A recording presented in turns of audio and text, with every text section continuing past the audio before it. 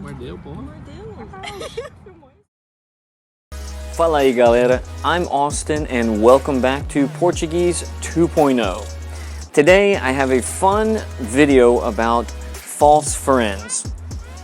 In this case, I'm not talking about that person who says they want to hang out, but in reality they just want to watch the new season of Mandalorian because they're not paying for Disney Plus.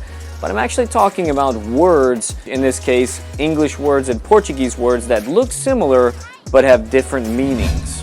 This is especially important to study because at best, you're going to have some funny moments where you say something that just doesn't make sense, but it's hilarious. And in other times, in the worst case, you're going to say something vulgar or embarrassing or confusing in a time where you really need to communicate. In today's list, I have 10, so let's get started. Institute of Linguistics presents Portuguese 2.0 with Austin Wisdom. For this list, I'm going to start with the English word and then tell you the Portuguese false friend or false cognate that goes with it, and then I'll tell you about the definition and which word you should use to substitute that when you want to use the original English word. The first one is the word assist in English, because there's a verb in Portuguese, assistir, but it doesn't mean to help or to assist, it means to watch, mostly referring to videos or TV shows. So in Portuguese, if you say you want to assistir alguém, someone, it doesn't mean you want to help them, it just means you want to watch them, which is pretty creepy. Number 2, this one would also be pretty funny if you use it the wrong way, but we're talking about pasta. In Portuguese, the word pasta is not the delicious food that hurts our waistlines, it's actually a folder. So if you come to Brazil or Portugal and you go to a restaurant, you say, eu quero pasta. You're actually saying, I want folder, or eu amo pasta, I love folder. Doesn't really make sense. Next one still frustrates me even 6 years after I began studying Portuguese because every time I see the signs on the door, I have to stop and think what it's actually telling me to do, and I still get it wrong most of the time. We're talking about the word pull in English, which looks like the verb pular in Portuguese, but pular means to jump. So, how do you say pull in Portuguese? Well, it's puxar, which of course sounds like our next false cognate, push. So, if you see something puxar, it sounds like push, but it's the opposite.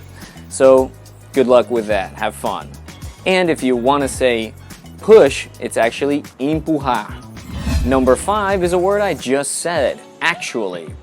There's a word in Portuguese, atualmente, which I hear this many times between my Brazilian students and Americans or foreigners who are learning Portuguese, but atualmente does not mean actually. It actually means currently. If you want to say atualmente, you're actually saying currently. And actually in Portuguese is na verdade, like in the truth, na verdade. Number 6, educated. It looks like educado. This one took me a long time to learn because it's really rare, you don't say it very often, but educado in Portuguese means polite. Bem educado, mal educado.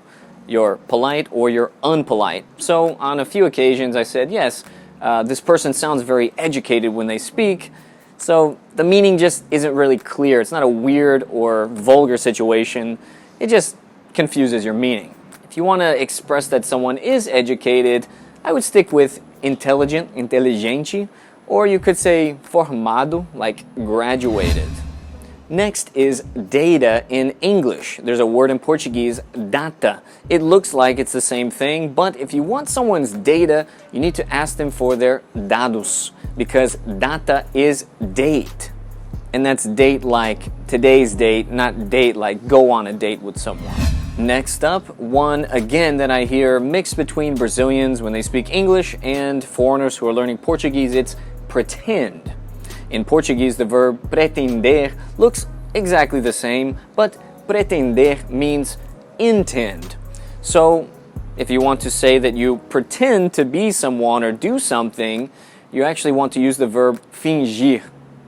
This was pretty funny because sometimes when I ask my Brazilian students what they want to do in the future, they say, I pretend to be a teacher. And I'm thinking, that's what I do. These last two are very important, and the final one that I'm going to share with you will save your life and your reputation in Brazil, so please pay close attention to that one when we get there. So let's talk about the English word exceptional. This means fantastic, amazing, an exceptional person, an exceptional job. But in Brazilian Portuguese, excepcional is a polite and formal way to describe someone who is mentally handicapped. I discovered this the hard way because last time we entered Brazil, the immigration officer looked at my wife and looked at me very strangely and kind of did one of these and asked my wife, "Ele é excepcional? He's special?" And I just thought, okay, cool, they're calling me special, different, I don't know. But my wife said, no. She was very quick to say no. And then my wife explained what that meaning is used for. So we were all confused, and apparently, because of the pandemic situation, the time I entered Brazil before the last time, he couldn't classify me as a tourist, but he had to let me in the country. So for some reason, he put me as excepcional. I guess as a dependent of my wife, so I could get in the country.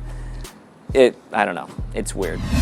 So as promised, the final word on our list is extremely important, and if you don't learn how to use this word and avoid this false friend, this false cognate, you're gonna have a bad time in Brazil and probably won't make any friends. This is the word excited in English. We love to use excited. I use it all the time. I'm excited to eat this pizza. I'm excited to watch Star Wars. I'm excited to go walk on the beach. I'm excited to hang out with my friends. But the word in Portuguese that sounds the same is used in a completely different way. Excitado, which you can tell that I hesitate to even say it on this video because it just is embarrassing to use. It refers more to a sexual feeling. So in Portuguese, you don't want to go around telling people that you're excited because, again, no one's going to be your friend. You'll probably get deported and you're going to have a bad reputation here for the rest of your life. Be careful. If you want to say excited in the good way, the normal way that we do, it's empolgado. Estou empolgado. I'm excited, okay? I'm excited in English, that's great, but do not use that false cognate. Thank you guys so much for watching. Obrigado por assistir. I hope you learned something fun. These are great words for you to learn and landmines to avoid when it comes to communicating with Brazilians and Portuguese speakers. So have fun, write them down, study them. Speak to me in the comments, guys. I really want to know why you're learning Portuguese, how well you understand, where you're at in your journey, and what else you would like me to do videos about, because I'm here to help you. So again, subscribe, like this video, talk to me in the comments, and activate that notification bell so you'll know every time we launch a new video for you. Have a great day, guys. Keep practicing your Portuguese. Até logo. Abraço.